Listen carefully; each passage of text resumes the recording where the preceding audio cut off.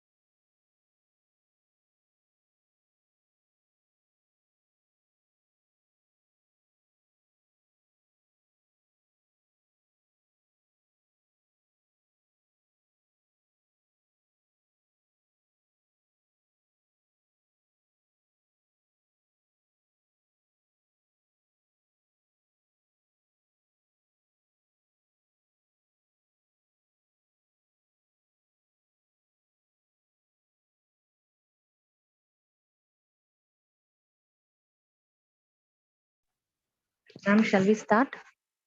Sharmila, ma'am. Hello. Hello, madam. Yes, sir. I am Dr. Subramanian.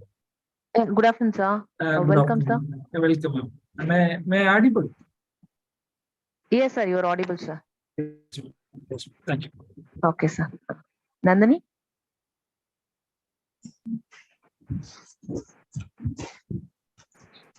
Yes, ma'am. Sharmila, ma'am.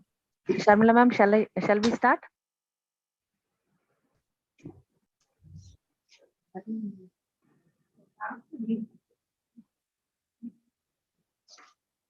Sharmila, ma'am. She's in meeting, ma'am. Okay. She's in another Okay. meeting, ma'am. Yes, ma'am. Okay. We'll start, ma'am. We'll start. Yes, ma'am.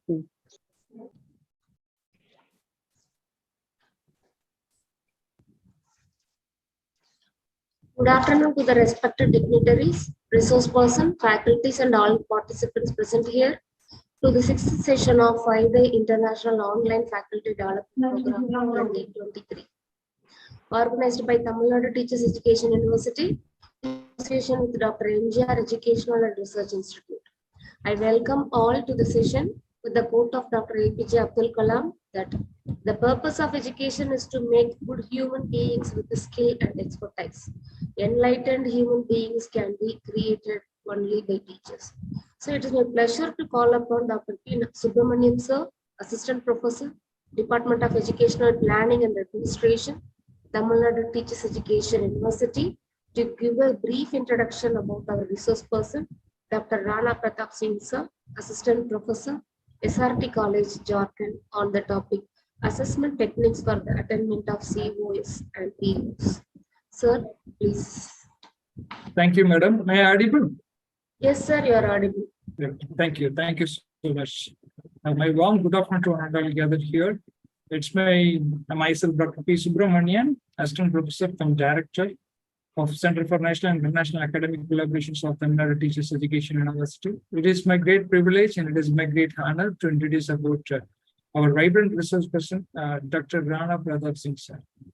Currently, our resource person is serving as assistant professor and head of the Department of Sanskrit, SRT College, affiliated to Sidhu Kanhu Murmu University, Dumka, Jharkhand. He has completed his bachelor in Sanskrit at Stephens College in the year 1987 and master's in Sanskrit at the same college in the year 1989. And he has completed UGC NET in the year 2000. And he has completed MPhil in Sanskrit from the University of Delhi in the year 2001. And he has completed PhD in Sanskrit from the same university in the year 2004. And to his academic credit, he has completed 2 books and nearly 45 research papers he has published in national and international reputed journals. And he is having more than 17 years of experience. He has served as 2 years in a guest faculty of University of Delhi. Since 2008 onwards, he is working as an assistant professor in Sidhu Kanhu Murmu University, Jharkhand. So apart from his academic experience, he is having a lot of administrative experience. He has served as a controller of examinations, sports in charge, webinar coordinator of so many international and national webinars, and IQAC coordinator, convener, research and development cell, chief editor of college magazine and prospects, and in charge of academic supervisory committee and member of various committees. And he has delivered so many lectures in national and international webinars, conferences, workshops, and seminars. So we are privileged by your presence, sir. So you are having a lot of academic potential. So like the participant, I am also eagerly waiting for your vibrant session. Over to you, sir. Thank you.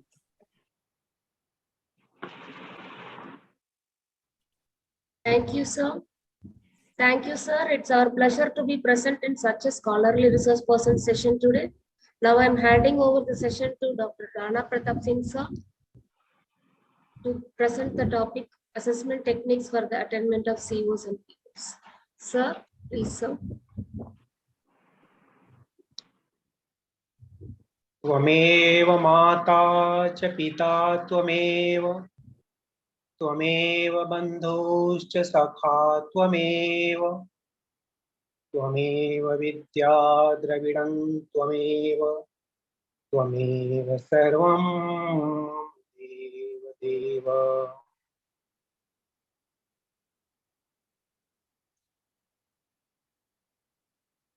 Good afternoon to all faculty members and research scholars from India and abroad who are present here through online mode. I am very much thankful to the organizing team of Tamil Nadu Teachers Education University and Dr. MGR Educational Research Institute for giving me this opportunity in 5-day international online faculty development program on outcome-based education. Thanks once again for giving me this opportunity. Thank you all. The topic of this session is assessment techniques for the attainment of COs and POs.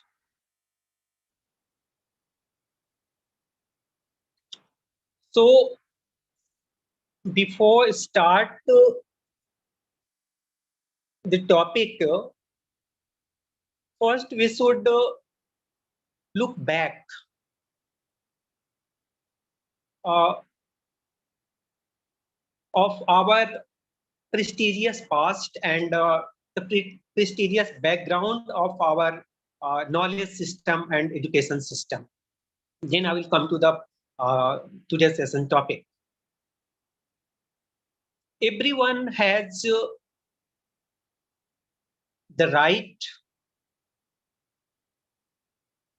to be educated. Although education may not solve all our problems, we must intensify our efforts to educate all children. We should carry on the tradition of providing children the education that they will need in order to meet the challenges of a constantly changing world. Friends, education helps us to develop lifelong skills such as treat others as you want to be treated and care others as you care yourself.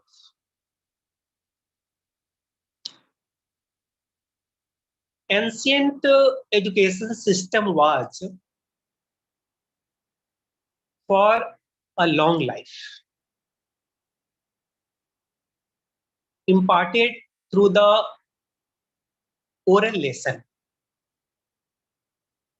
imparted through the oral lesson, without the medium of a book. This method persisted in the Vedic schools. I'm talking about the educational system in Vedic period in ancient India. The teacher used to pronounce only 2 words of this stanza at a time, which the student was asked to recite with exact intonation and accent. If the student had any difficulty in the matter, it was explained to him.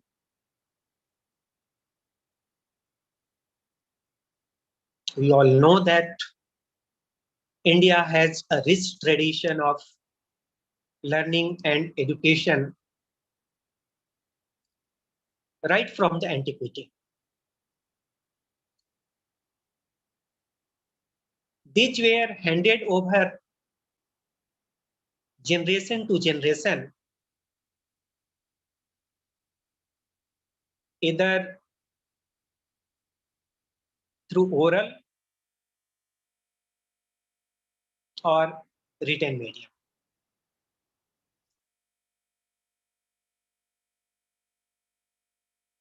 Two methods of teaching were being practiced during the Vedic period.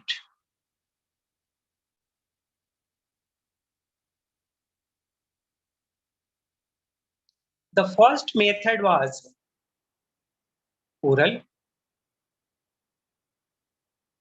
and the second was based on chintan, thinking. First was oral, and the second was thinking, chintan. In the oral method, the students were to memorize the mantras, the Vedic hymns, and rishas, verses of Vedas, in order that they might not be changed wrongly, and they might remain preserved in their original forms. The second method was Chintan, thinking.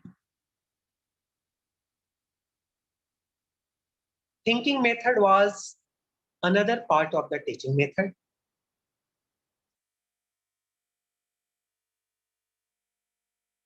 Through this Chintan method, through this thinking method, an attempt was made to reserve the Veda mantras and rituals.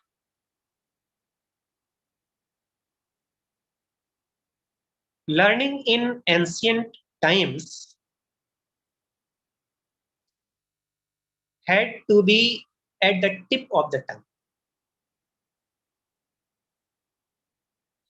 A scholar asking for time to consult notes or books could carry no prestige. Different from present time. It was totally different from present time. That time, if you have a doubt and you say that, okay, I will clear your doubt after checking the books or checking the notes, then it was not good. It was not considered good at that time. Recitation and recapitulation, therefore, formed an important part in the daily routine of the student life. The homework which the student did in his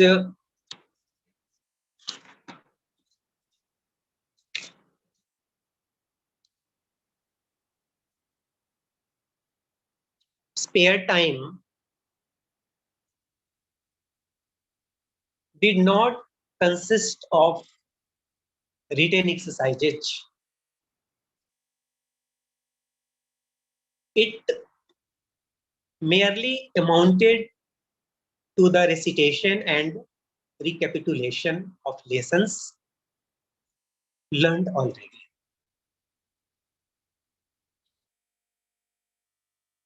Every day,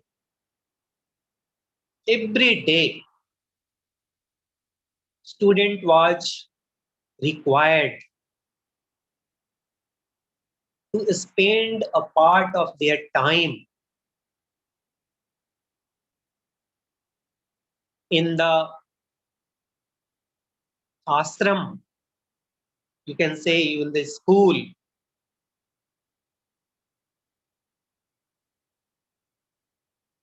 They spend a part of their spare time in jointly reciting a portion of the work. They had committed to memory.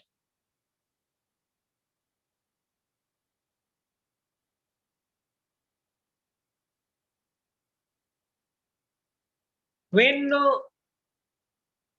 I'm talking about this ancient method of teaching learning, please remember about Bloom's taxonomy and try to correlate. I will come. Okay. Since early times,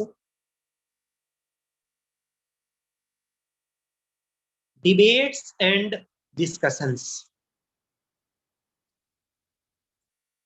have always played an important part in the literary training of students. There was a daily examination of every student, and no few lessons were given until the old one was thoroughly mastered. Debates were a normal feature of higher education.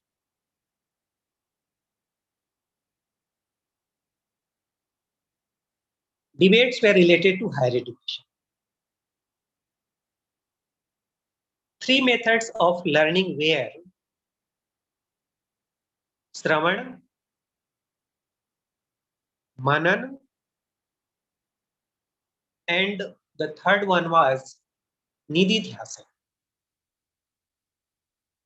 Shravan, Manan, and Nididhyasa.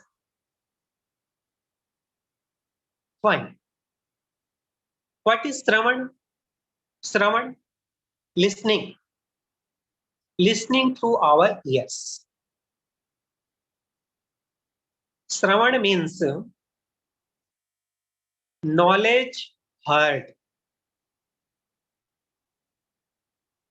Listening to words or texts as they are uttered by the teachers. Second one is Manan, assimilation, deliberation.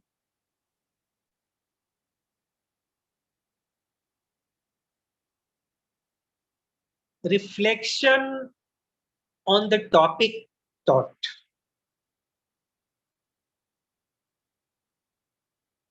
You can say Manan means reflection on the topic taught. Intellectual apprehension of its meaning.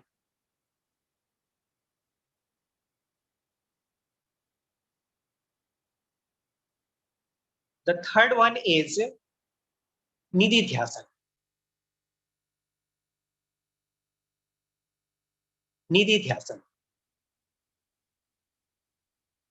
Meditating on what was taught. What is the meaning of Nididhyasana? Meditating again and again, repeat again and again, revise again and again on what was taught.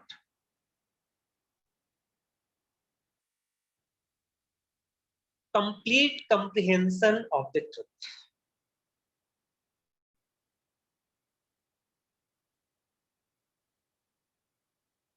The realization of intrinsic unity underlying all diversity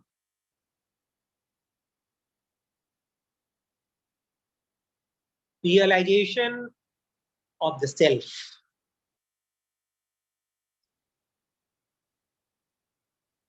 In other words, it is exploring the inner self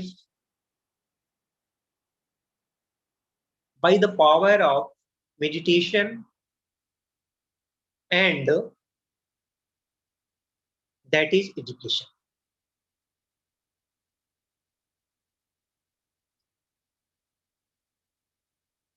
So these three methods of learning, Shravan, Manan, and Nididhyasana.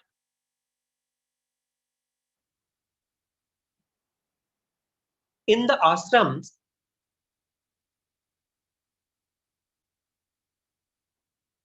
the guru,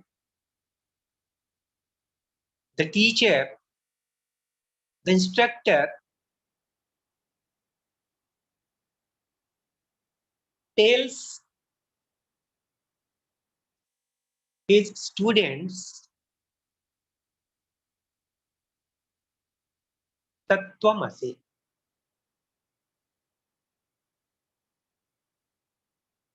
Tat Tvam Asi.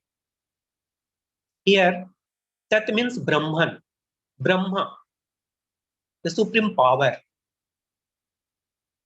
As you all know that we all are the part of that supreme power. So the teacher tells his students this particular sentence, Tattvamasi, means you are Brahma.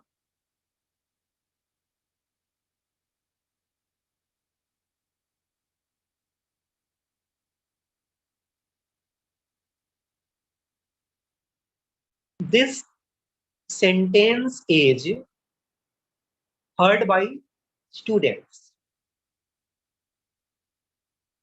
This is Shravan. After that,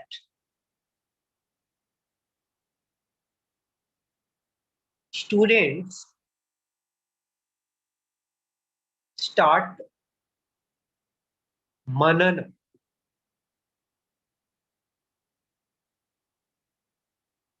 thinking what was told by the teacher.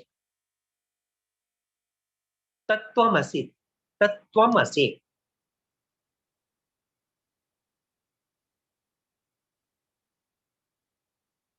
Students think about this particular sentence and try to understand the meaning. What is Tattvamasi? You are Brahma. What does it mean? First, Shravan. Second, Manan, thinking. And the last one is Nididhyasana, meditating on what was taught. Now, students begin to start meditate about this particular sentence, about the meaning of this particular sentence, and he repeats it again and again. He practices it again and again. And after that, he realizes, the student realizes, yes, Guru is telling the truth.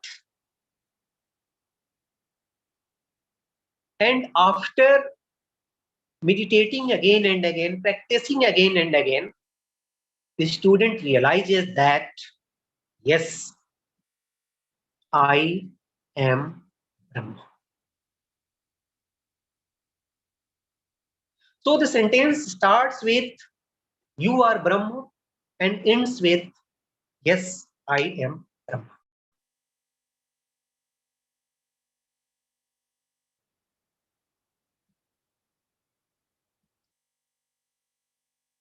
So these were the three methods, Shravan, Manan, and Nididhyasana. Since knowledge has to be delivered by the mouth, received by the ear, and preserved in memory. The art of recitation with proper accent, sound, and pronunciation was perfected. Yet it was not simply learning by rote in the ordinary sense of the term.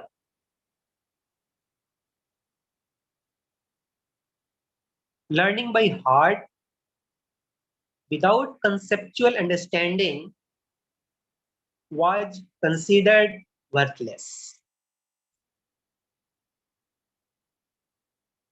The truth had to be realized.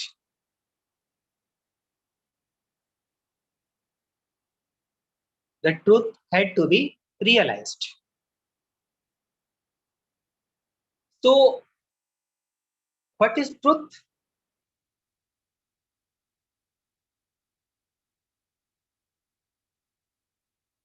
Shankaracharya said, which does not deviate from its ascertained character, which does not deviate from its ascertained character is truth.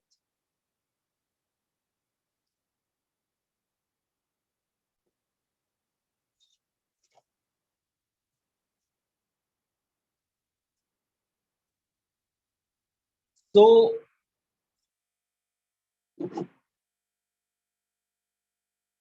this was a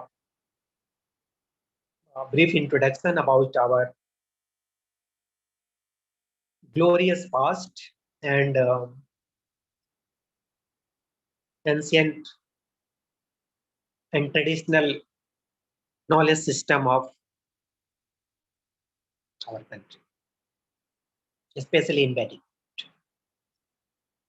Now come to the topic,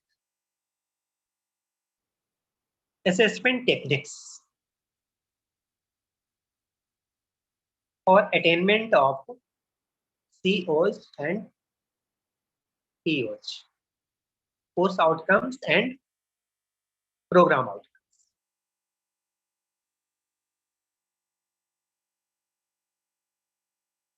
Friends, as you know that what is assessment? What is assessment? Assessment is the systematic collection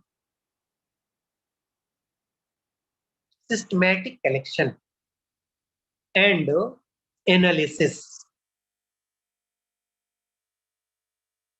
of information to improve student learning. In this process, that is called assessment, first we collect the information, then we analyze the information. So this is the simple definition of assessment, that assessment is a systematic collection and analysis of information to improve student learning.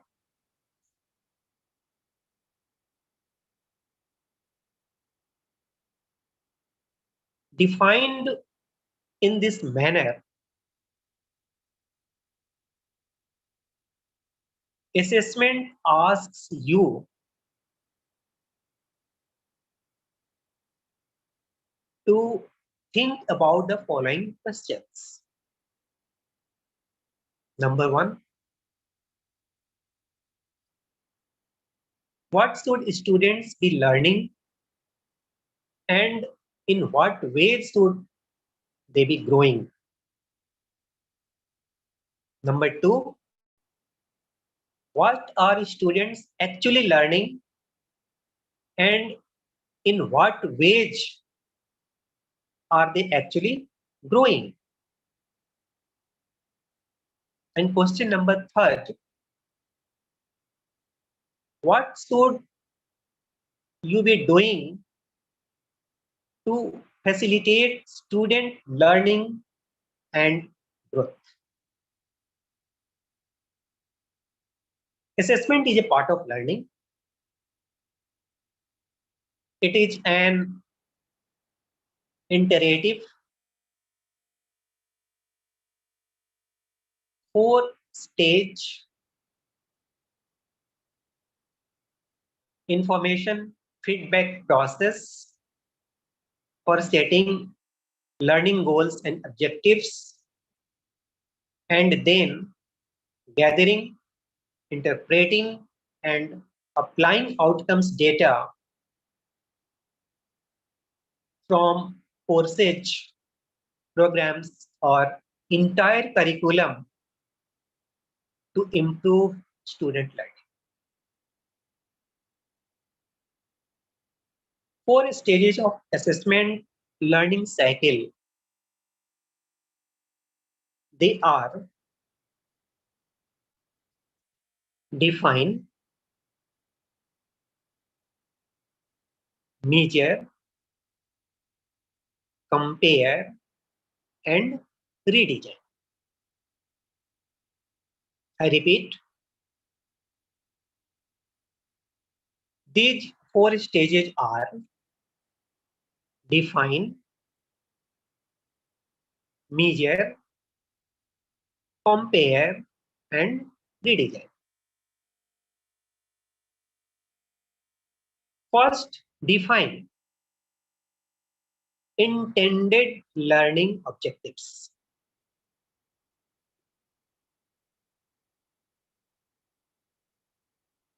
In this section, the question is, what are you trying to do?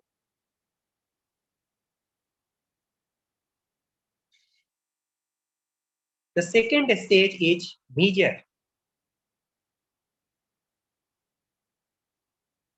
Selected learning outcomes.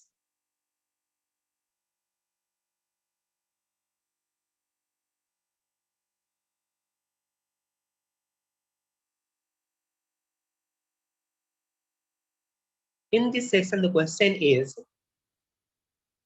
how will you know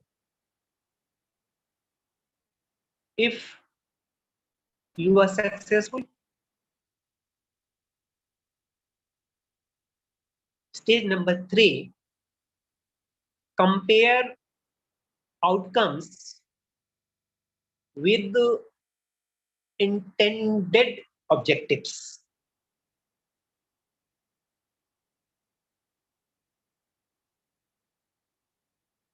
In this section, the question is, how successful were you? And the last stage is redesign program to improve learning.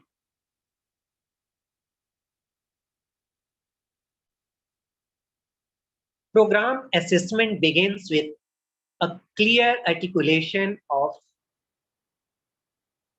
what the program is being designed to accomplish. The first step is for the program faculty to define as explicitly as possible what students who complete the major need to know, understand, and be able to do when they graduate.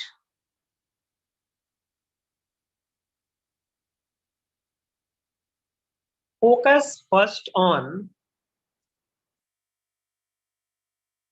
articulating the most important goals and objectives.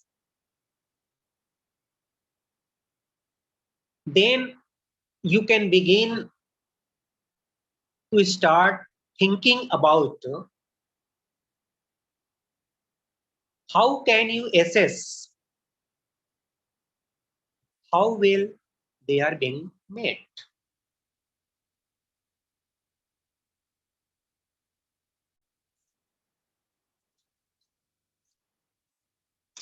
So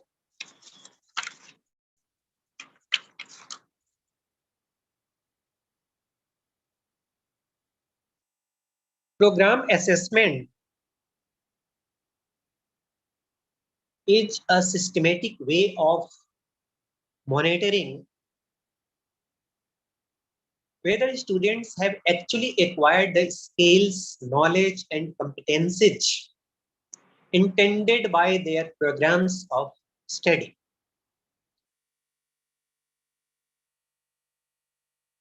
Assessment is just a process of comparing intended outcomes with actual outcomes and whether and how the outcomes can be improved.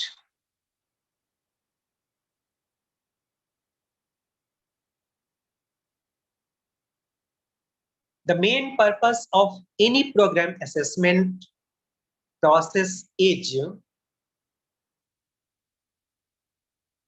to determine how well intended outcomes were achieved and how the program can be improved.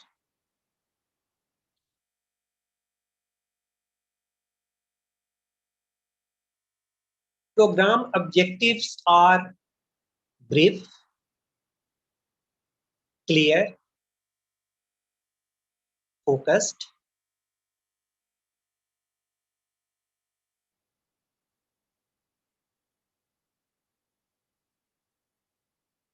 specific statements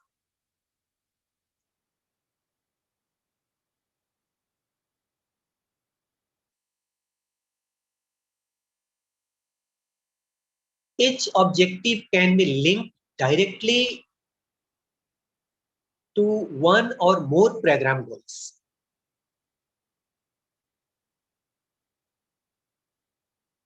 Stating each objective in the form of an action verb, doing words,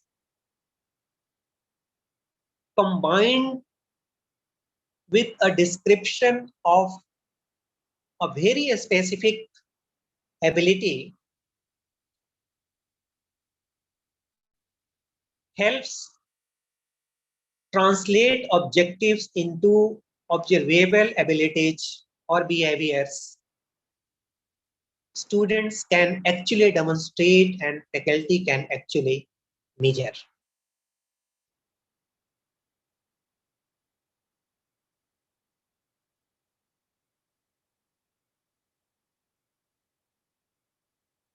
Friends,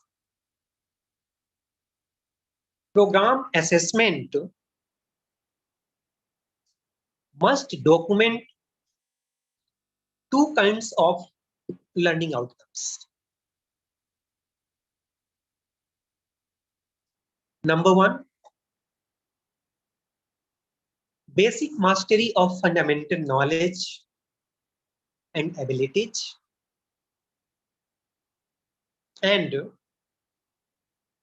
the second is sequential development of professional and personal abilities, including elements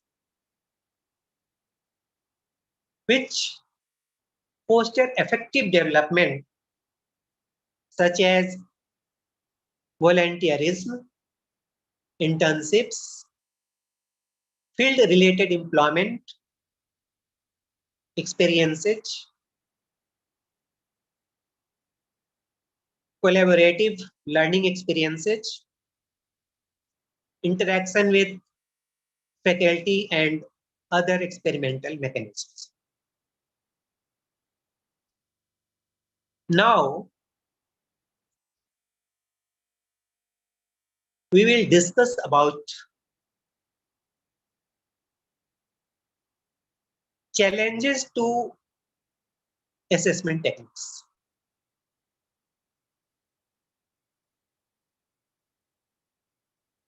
As departments work to identify and design assessment techniques to measure objective and outcome attainment in the program, a variety of challenges and complications will emerge.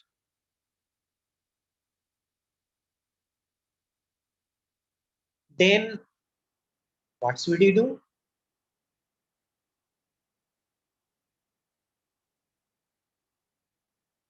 We can do such and such. I'm telling you, first, acknowledge differences between units.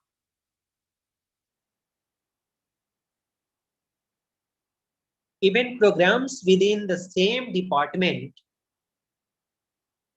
may have different objectives specific to that program.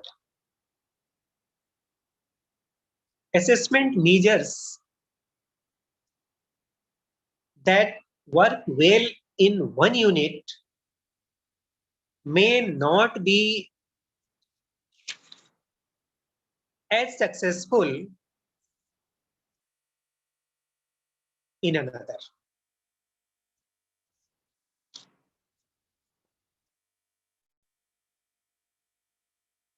The key is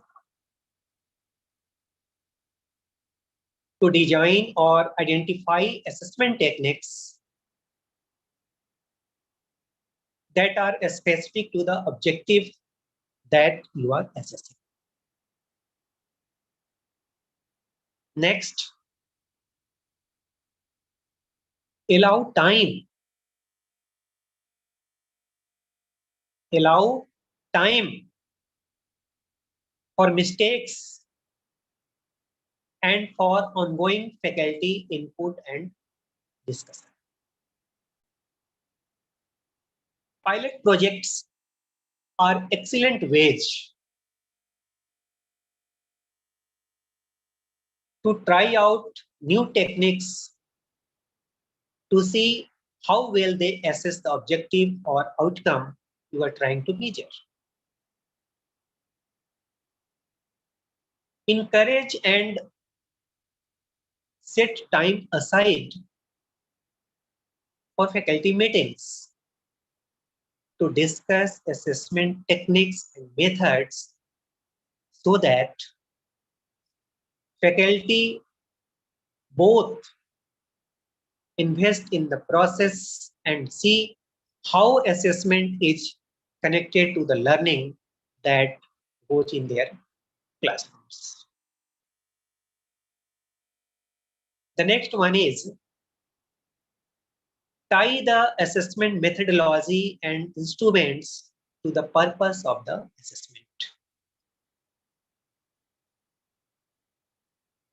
Differentiate among the units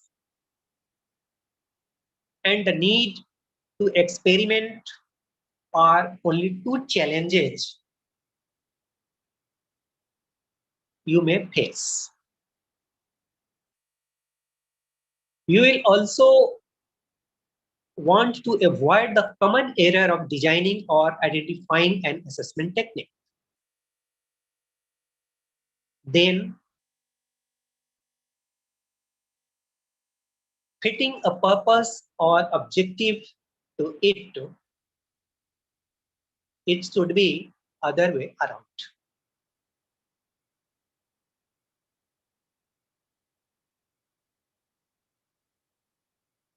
Next, address the issues of participant attrition or retention, the actual amount of time involved and cost or resources.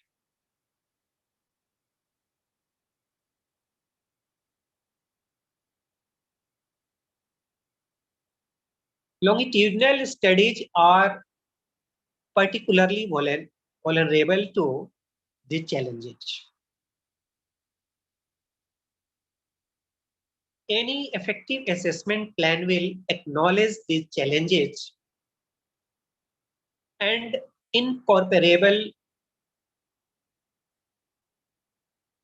ways to address them within the development and implementation of the plan itself.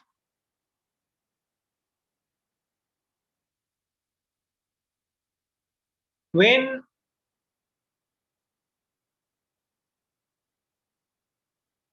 you have identified the outcomes you will assess, have decided on the methods you will use to collect the data, and have tried to anticipate the results you might see,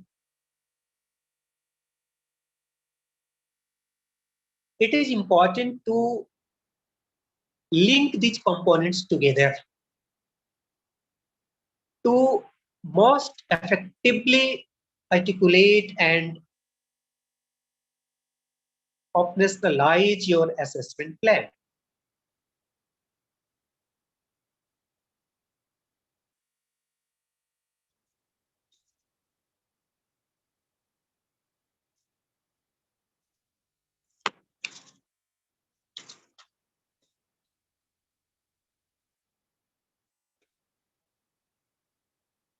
Some examples of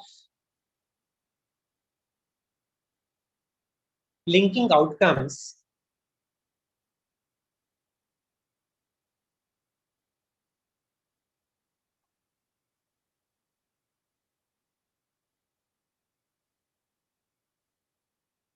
Suppose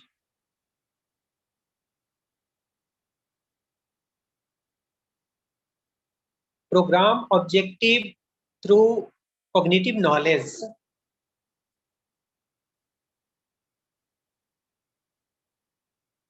Then what will be the outcome criteria?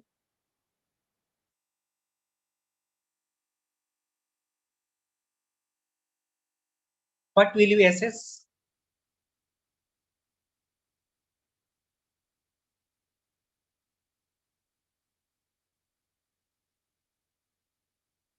In this section,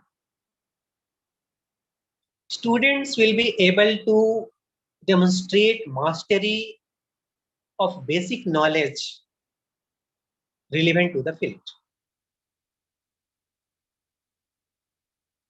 How will you assess? What will be the assessment measures?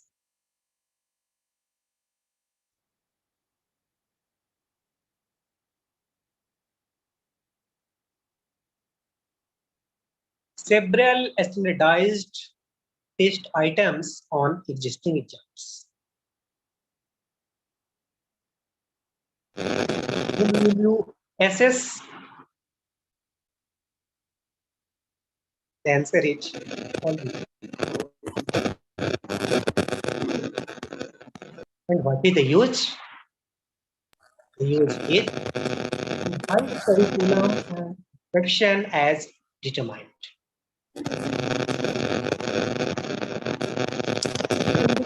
Another one is student perception. Students understand goals and objectives better. How will you assess? 10 item in class survey. Whom will you survey? Whom will you assess? Mastery and knowledge of principles, skills, value added. And use departmental discussion and review of results. Revise program instruction or goals as determined. And finally, faculty perceptions. What will you assess? Faculty agree that goals and objectives of program are being met. How will you assess? Through focused dialogue. How will you assess? Department.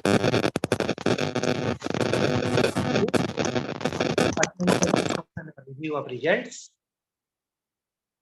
Revise program instruction or goals. as determined.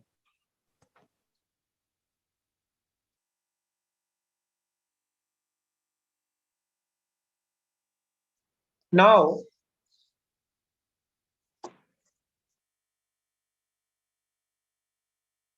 method of measuring the level of attainment of POs and COs.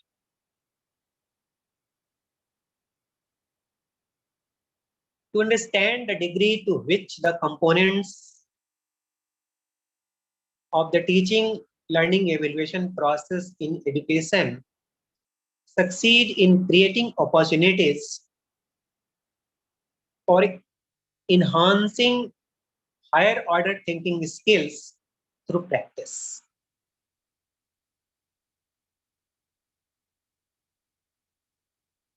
We use Bloom's taxonomy of cognitive processes as the basis for investigating learning outcomes.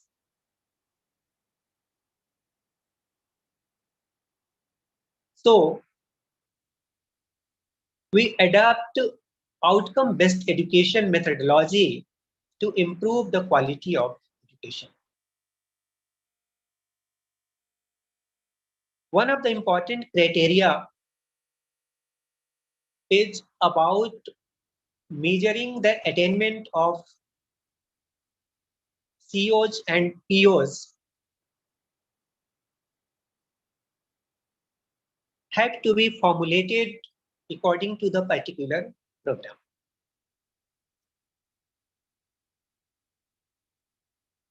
Assessment methods are categorized into two, as they are direct method and indirect method.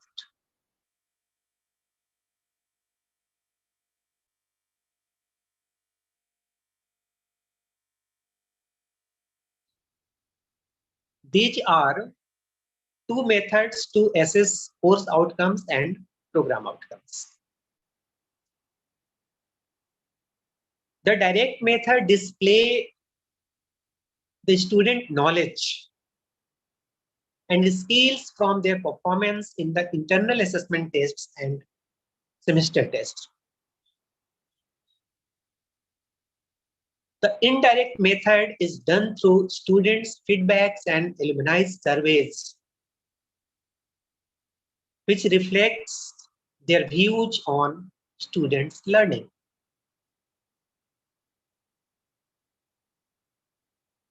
Institutions, colleges, and universities are using direct assessment method and indirect assessment method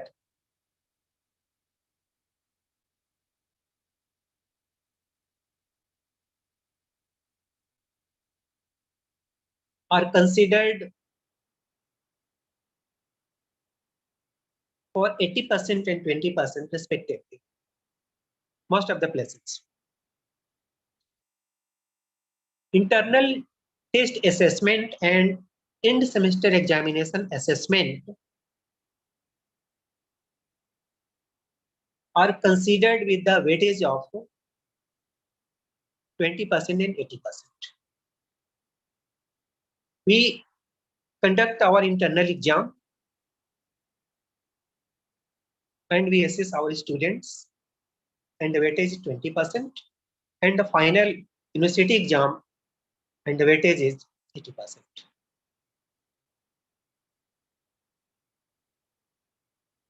Attainment of COs and POs. The process of attainment of COs and POs starts from writing appropriate course outcomes for each course of the program.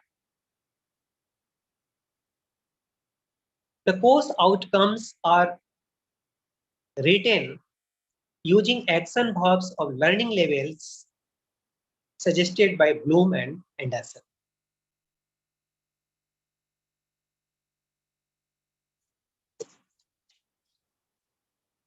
So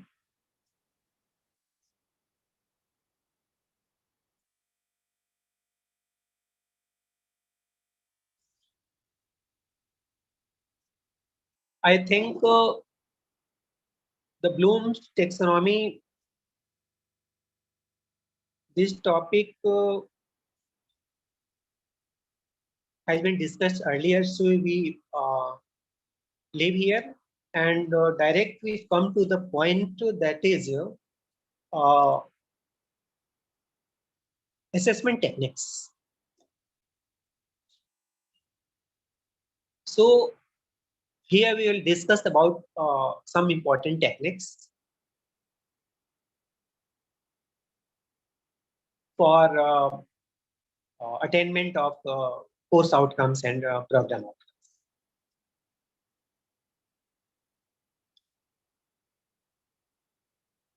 One is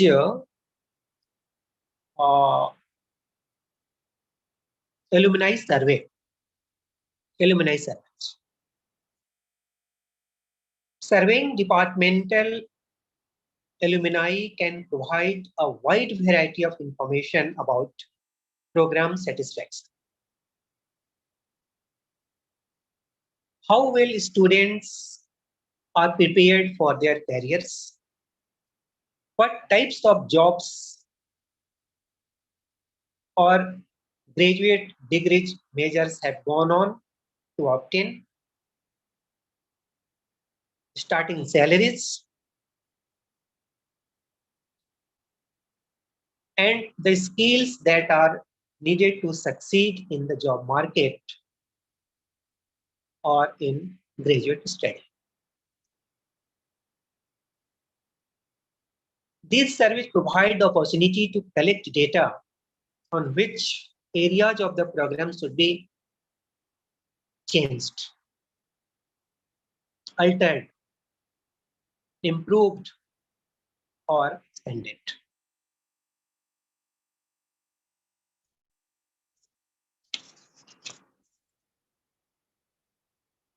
But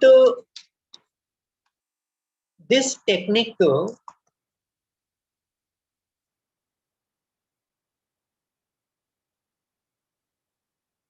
has some weakness. Without an easily accessible and up-to-date directory of alumni, they can be difficult to locate. It also takes time to develop an effective survey and ensure an acceptable response rate.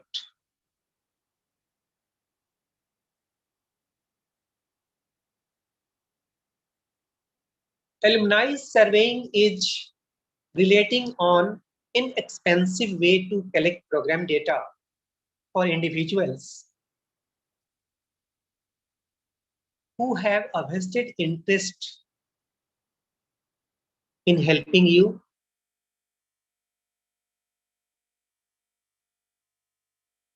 improve your program as well as offering the opportunity for improving and continuing departmental relationships with program managers.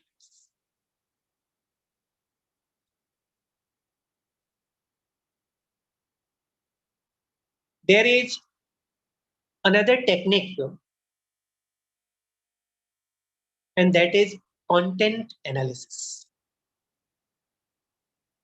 What is content analysis? Content analysis is a technique that looks at the group of students, such as major in a program or department, and assesses samples of written work that are produced by the group.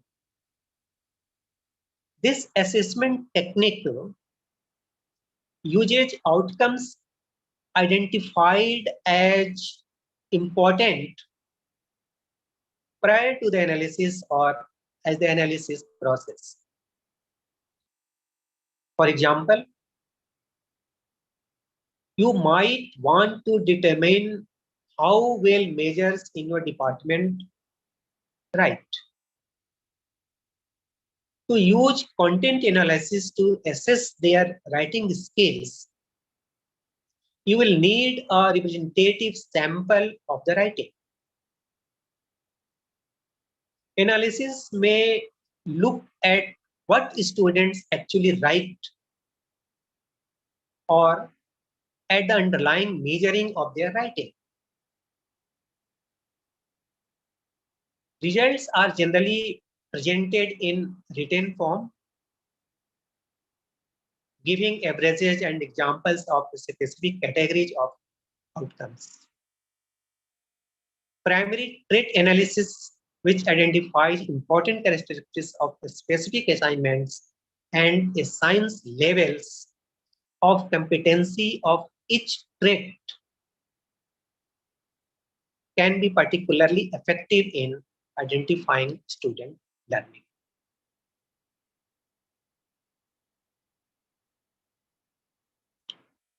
Content analysis allows you to assess learning outcomes over a period of time and can be based on products that were not created for program assessment purposes. Because writing samples can be re-examined, content analysis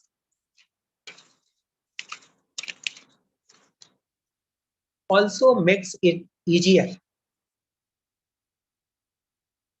to repeat portions of the study and provides an unobtrusive way to assess student learning.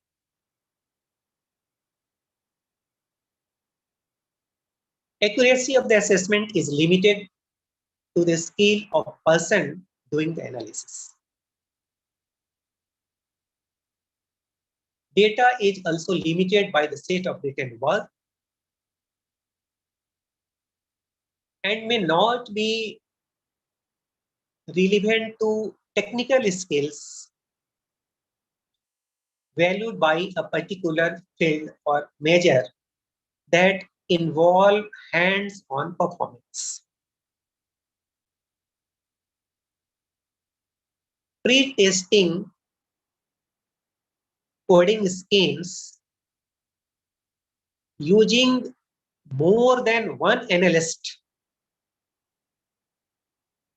pre-document and concrete materials and coding schemes can be improve the reliability of this technique.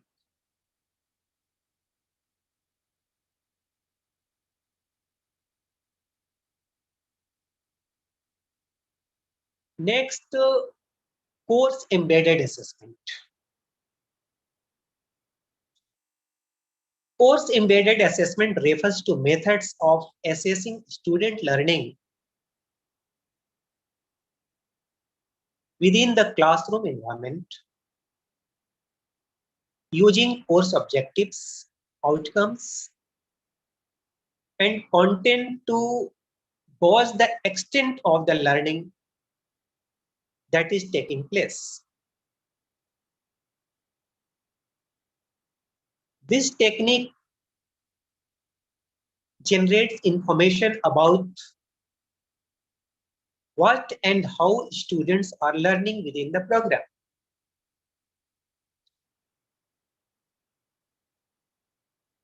Using existing information that instructors routinely collect. For example, test performance, short answer performance, quizzes, or through assessment instruments introduced into a course specifically for the purpose of measuring student learning.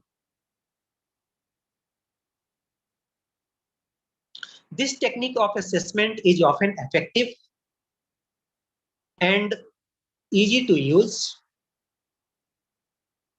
because it builds on the curricular structure of the course and often does not require additional time for data collection.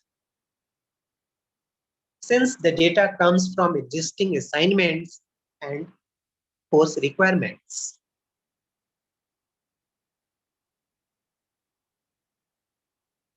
Course embedded assessment does, however, take some preparation and analysis time.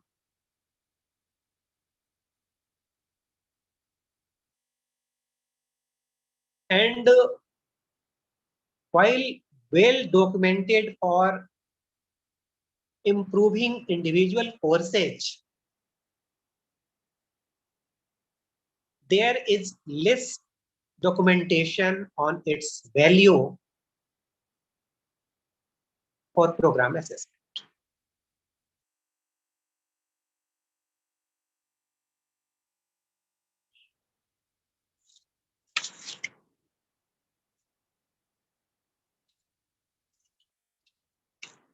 The next one is Delphi technique. Delphi technique. The Delphi technique is used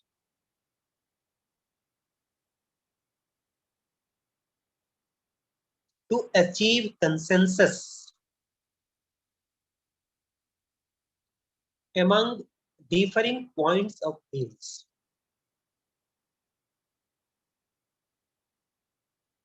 In its original form, a team of experts who never actually met are asked to comment on a particular issue or problem.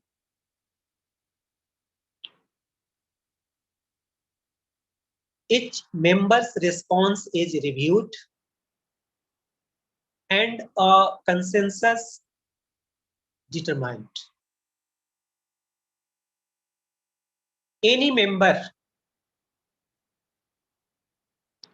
whose response falls outside of the consensus is asked to either defend or rethink the response.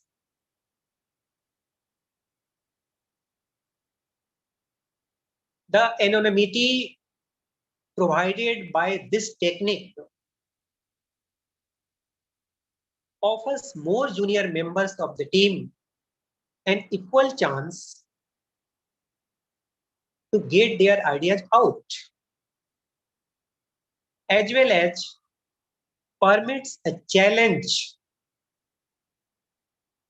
to the ideas of senior members that might never take place in an open forum. More recently, the Delphi technique has been modified so that teams of individuals are brought together to discuss an issue or problem face to face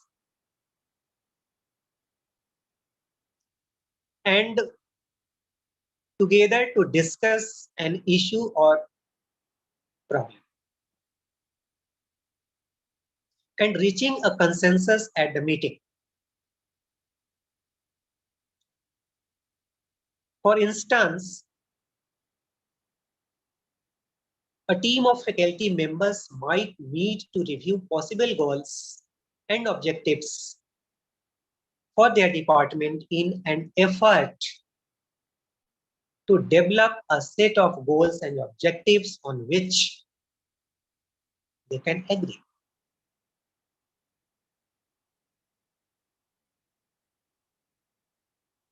The Delphi technique can be useful in bringing together diverse opinions in a discussion forum.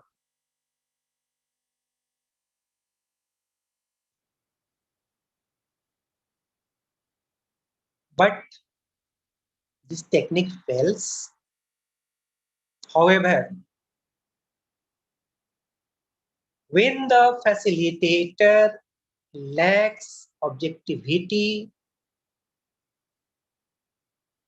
or when the participants feel unsafe or unsecure voicing their real opinions. For instance, a faculty member discussing intended goals and objectives might not be comfortable in disagreeing with the department head.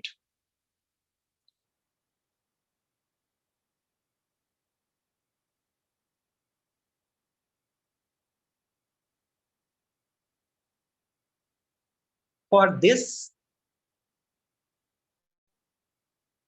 technique to succeed, care must be taken to appoint an impartial facilitator and to convince participants that differing opinions are welcome. Returning to the original design of this technique with an anonymous team who never meet might ensure more honest and open input.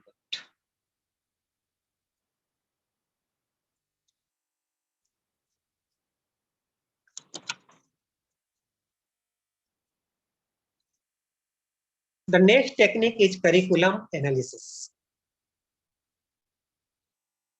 Curriculum analysis involves a systematic review of courses, textbooks, exams, and other materials to help you clarify learning outcomes,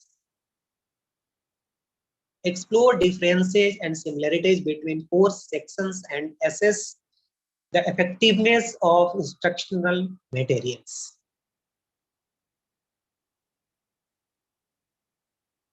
It offers a way to document which courses will cover outcomes and helps in sequencing courses within a program.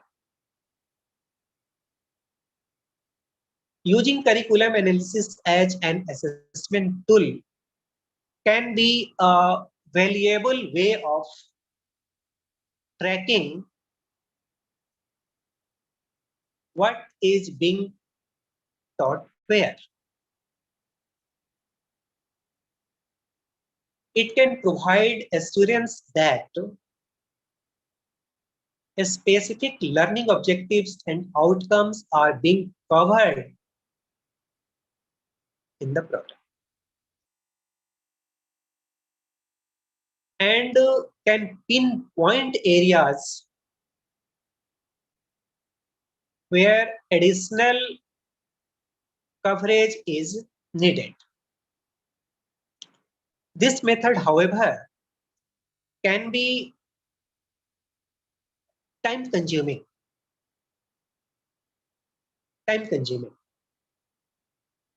particularly in large departments with many courses and different instructors. And there may be little consistency between how learning outcomes are addressed in one course and how they are taught in another.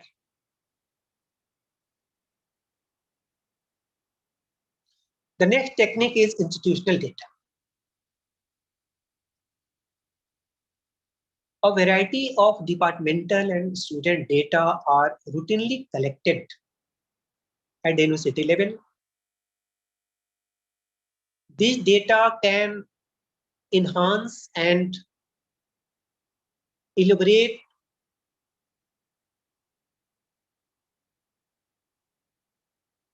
on data you collect in the department. Institutional data can tell you whether the program is growing, what the grade point average is for majors in the program, and what the intention rate is for your students. Institutional data are generally easily accessible and readily available. Student and department data are collected on a systematic and cyclical schedule that can offer you both current and longitudinal information. On the other hand, these data sets are generally large and may be difficult to sort through, particularly for those individuals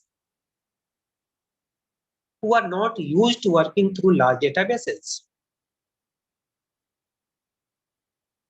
The data may be less useful to specific departments or programs because the information collected is very often general, like age, gender, category, etc., and may not directly relate to program goals and objectives. So this is the weakness of this technique, institutional data. Now we will talk about matrix.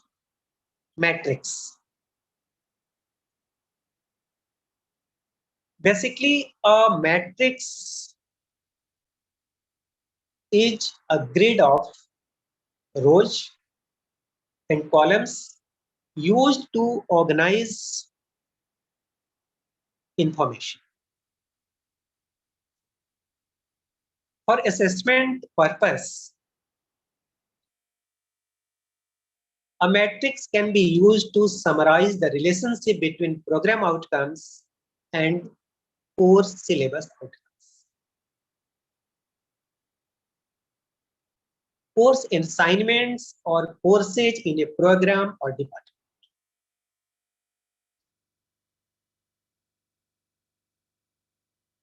Matrix can be used for curriculum review, to select assessment, to select assessment criteria,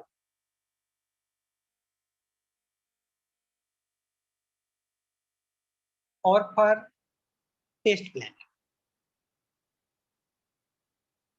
A matrix can also be used to compare program objectives to employer expectations. Using a matrix can give you a good overview of how course components and curriculum link to program outcomes.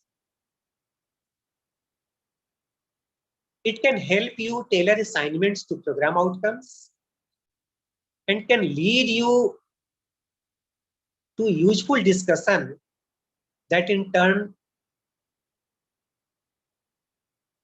lead to meaningful changes in courses or curriculum. However, because a matrix can offer a clear picture of how program components are interconnected and can reveal whether they are not acknowledged and responding to discrepancies may involve extensive discussion, flexibility, and willingness to change.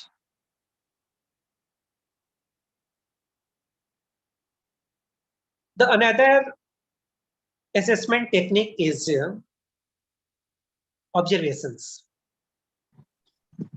Observation as a method of assessment is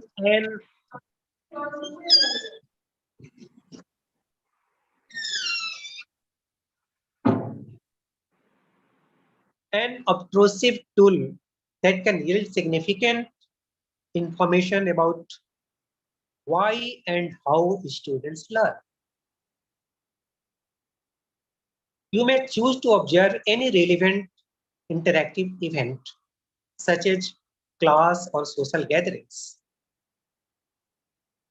This technique is generally used when you are interested in how students study.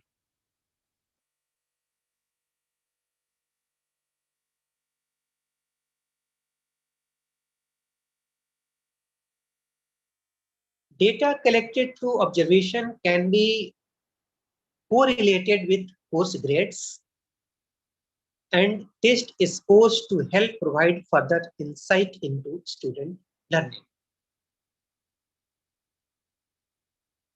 Observed data, however, is not precise and cannot be generalized to larger population. Conclusions may be suggestive rather than definitive, and others may feel that this method provides less reliable data than other collective methods.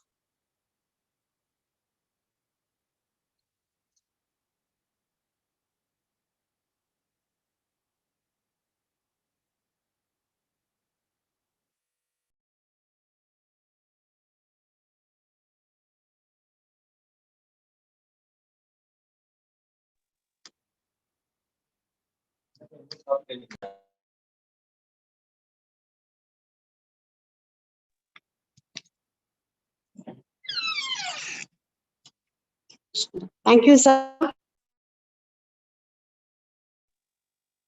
Sir, thank you, sir.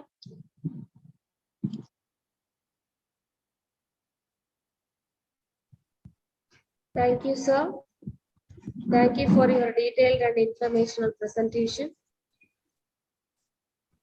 Your program assessment must document two learning outcomes, basically mastery of knowledge and ability, professional development or informative. So, and your Akila? suggestions, ma'am? I think sir has disconnected now. Yeah, I Shall think we so, wait, ma'am. Yeah.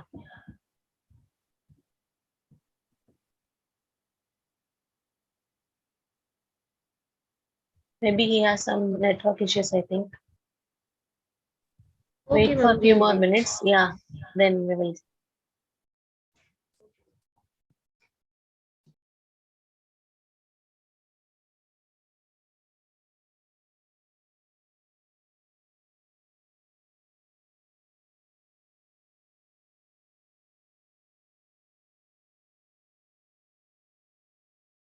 Akila, you proceed, ma. Yes, ma'am. Thank you, sir. Thank you for your detailed and informational presentation.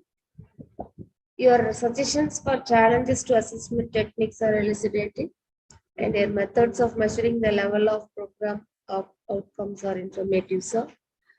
Now I would like to call upon Mrs. Nandini for vote of thanks. Nandini. Yes, Aguila, thank you. Good afternoon. Good afternoon, dignitaries. Respected faculty members and participants, today of our sixth session of a 5-day international online faculty development program organized by Tamil Nadu Teacher Education University in association with Dr. MGR Educational Research Institute Faculty of Education. I feel very blissful to take this opportunity to thank our conveners, Dr. P.C. Nagasubramani sir, Registrar in Charge, Tamil Nadu Teacher Education University, and Dr. K. Geeta ma'am, Principal, Faculty of Education, Dr. MGR Educational Research Institute. And also, I thank our organizing secretaries, Dr. V. Sharmila ma'am, Assistant Professor, Department of Educational Technology, Tamil Nadu Teacher Education University, and Dr. Sendamil Pavai ma'am, Assistant Professor, Faculty of Education, Dr. MGR Educational Research Institute. It's my great pleasure to thank our resource person, Dr. Rana Pratap Singh sir, Assistant Professor, SRT College, Jharkhand. Thank you for your excellent session, sir. And also, I'd like to thank Dr. Subramani sir, Assistant Professor, Department of Educational Planning and Administration, Tamil Nadu Teacher Education University, Chennai, who introduced the resource person to this session. I would like to extend my hearty wishes and a thank you to all the participants and faculty members who participated and cherished our faculty development program. Once again, on behalf of Tamil Nadu Teacher Education University and Dr. MGR Education and Research Institute Faculty of Education, I thank you for the opportunity given to me. Thank you all. Thank you.